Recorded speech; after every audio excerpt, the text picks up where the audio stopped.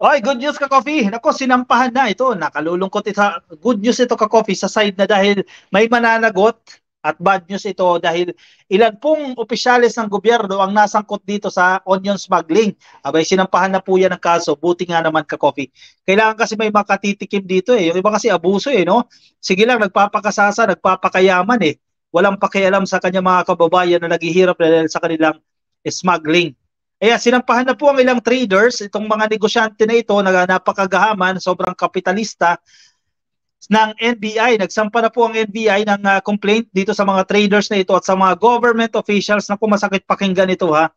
Ng mga opisyalis pa man din ng gobyerno ang sangkot dito sa onion smuggling na ito. Kasi kung yung matatandaan ka, Coffee, ay pumalo din po sa 600 pesos per kilo ng sibuyas dahil sa mga lukulukong tao na ito, mapang-abuso at nagpakasasa lang, nagpakayaman na. Ayan, at least may mananagot na. Actually, na-interview natin noong isang araw si Congressman Erwin Tulfo, no? Lalo na dito sa mga rice holders din, no? Ibang topic ito. Sabi nila, kinakailangan, sabi niya mismo, no? Ako mismo yung nagtanong nun eh. Sabi niya, taasan natin yung parusa dito sa mga smugglers na ito kasi parang hindi nila pinapansin eh. Binabaliwala lang nila itong mga existing na batas natin eh. Kailangan siguro mas may pangil sa implementation, mas mabigat ang iparusa para kahit papaano magdalawang isip man lang ito. O hindi magdalawang isip, magtatlong isip man lang itong mga loko-loko na ito bago mag-engage into this kind of illegal activities. The National Bureau of Investigation o NBI ngayong araw ng Lunes po ay nagsampa po ng complaint laban sa 6 na individual na allegedly sangkot dito sa onion smuggling dito po sa bansa.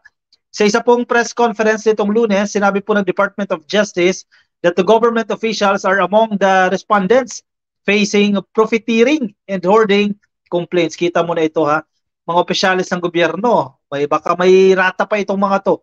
May mga additional benefits pa ito dahil mga malamang supervisor, mataas ang pwesto nitong mga to. Kumakabig na sa gobyerno, kumakabig pa sa pribado. Kasama ang mga opisyal ng gobyerno, biruin mo, opisyal ng gobyerno, dito sapagkat ang tingin namin sila ay lumalabas na mayroong sala sa pagkakataong ito. According po yan kay Department of Justice Secretary Jesus Crispin Rimulya.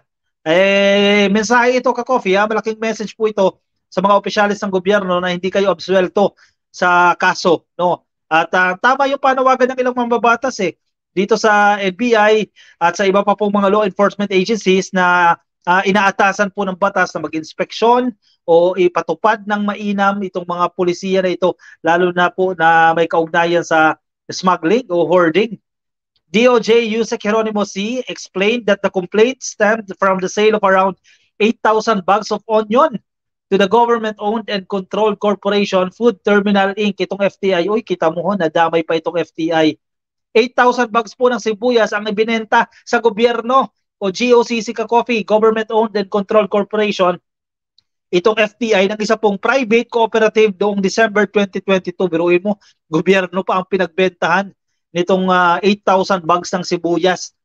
The NBI reportedly found that each bag contained at least 25 kilograms and that the price per kilogram exceeded 500 pesos when the farm gate prices of onions at the time were only below 20 pesos. Biruin mo, mas mababa pa sa 20 pesos ang kilo ng sibuyas that time, ibinenta ng mahigit 500 pesos, tubong lugaw. Actually, hindi tubong lugaw tubong heaven. 20 pesos, binenta mo ng 50. Grabe naman yan. Ang bentahan sumobra ng 500 pesos. Ang sabi, walang stock, pero nung kinontrata ng 500 pesos plus per kilo, nagkaroon ng stock. Biruin mo. Nung 20, walang stock. Pero sige, gawin natin 500 yan. Ayan, may daming stock. Ito dapat mabilanggo itong mga tao na ito. She further said that the respondents are also facing complaints related to falsified documents submitted in the bidding process. So yan, dinaya pa pala yung mga dokumento. According to the Department of Justice official, the respondent's strategy was to submit 3 proposals during the bidding, 2 of which were fictitious, allowing the preferred bidder to actually win. Exactly. Actually, nangyayari talaga yan sa mga bidding, sa mga tanggapan po ng gobyerno. Kasi dapat 3, no? Dapat mas marami. Yun ang ina-encourage yan, competitive bidding Dapat maraming sumali sa bidding. Pero itong mga strategy na nito, isa lang talaga, gagawa lang ng mga dummy. May 2 dummy para kunyari 3 yung pagpipilian. eh dami lang naman yung dalawa, no? Mas matataas yung presyo na ibibigay nila. Sa kanila din, posibleng kanila din yan. May inutusan na sila na sige, mag-apply din kayo doon sa bidding para magmukhang competitive. Pero at totoo, ikaw lang naman din yun. He added that 134 million pesos from the Department of Agriculture is involved in the case. The DOJ official did not name the respondent so as to not to preempt the prosecutor's evaluation. Tama lang din naman. Sige. So, importante, sampahan na ito. Importante, may makulong na dito. Yan naman ang dapat. More cases to come. Tama. Yan. Yan dapat ang gawin. Sampahan ng kaso at mabilis na magsasampa ng kaso.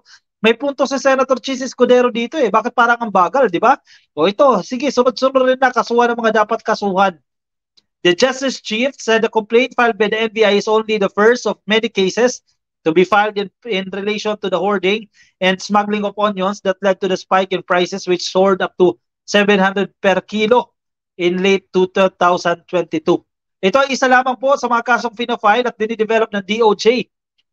There will be other cases that will be filed according po dito kay Remulla. Marami pa kaming tinitingnan na violations na considered na economic crimes. Ito ay simula pa lang hanggang sa maging malinaw na lahat ay hindi na pwede ang ginagawang price manipulation ng mga merkado. Actually, nasanay kasi itong mga ito eh, no? Hindi kasi nananagot eh. For sure, matagal na nag-i-exist yung ganitong kalakaran eh. Marami talagang nakikinabang eh, maraming kumikita eh. Matagal na nilang ginagawa yan eh. At least ngayon, unti-unti na nasasampahan ng kaso itong mga ito, no? Dapat lang din kasi talaga, may managot dito, may masampulan dito. Kasi wala eh, walang takot itong mga ito eh, no? Tama lang yan, nakasuhan ikulong yung maaaring walang puso sa may hirap tapos si PBB ang mga papahamak at pinapahiya nila sa taong bayan according dito kay Ma'am Cecilia Peña. Exactly, no? Kasi ito yan eh, ang taong bayan, pag mataas ang presyo ng bilihin, magagalit sa gobyerno, no? And eventually, possible, no? Mag-aklas ito sa gobyerno. Ayaw natin mangyari yan. Eh, syempre, itong mga lukon-loko na gustong pabagsakin ng ating gobyerno, ay sinasabotahe ang administrasyon.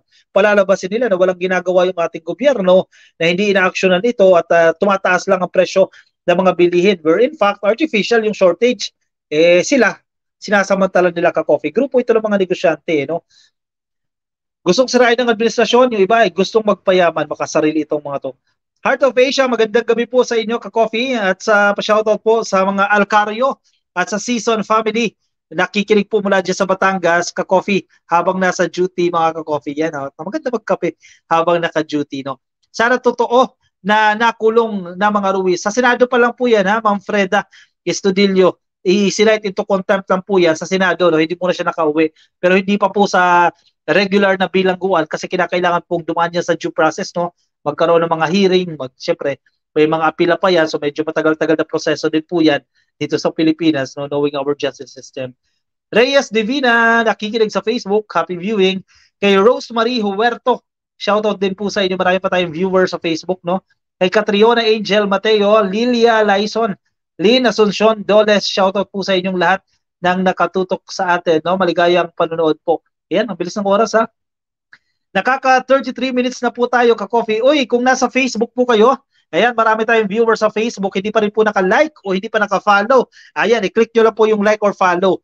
Diyan sa taas nyo ka-coffee, makikita nyo yan. Dapat lumalabas dyan, following na eh. Kung hindi pa following, i-click nyo lang po yung follow o di kayo like. Kung nasa YouTube, click lang po ang subscribe. Libre po lahat yan. At kung nasa TikTok kayo, search nyo lang ka-coffee. Yan, nandiyan na rin po tayo sa TikTok. Ako'y magpapaalam na sa inyo ka-coffee. Maraming salamat sa pagsama sa akin ngayong araw po ng Martes.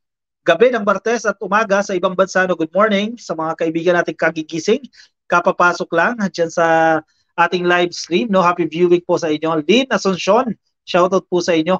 Kay Percival Ramirez, how come they let Carmelet use the word bitay when I used it last time? Those, yes, so ma'am, tama ka dyan.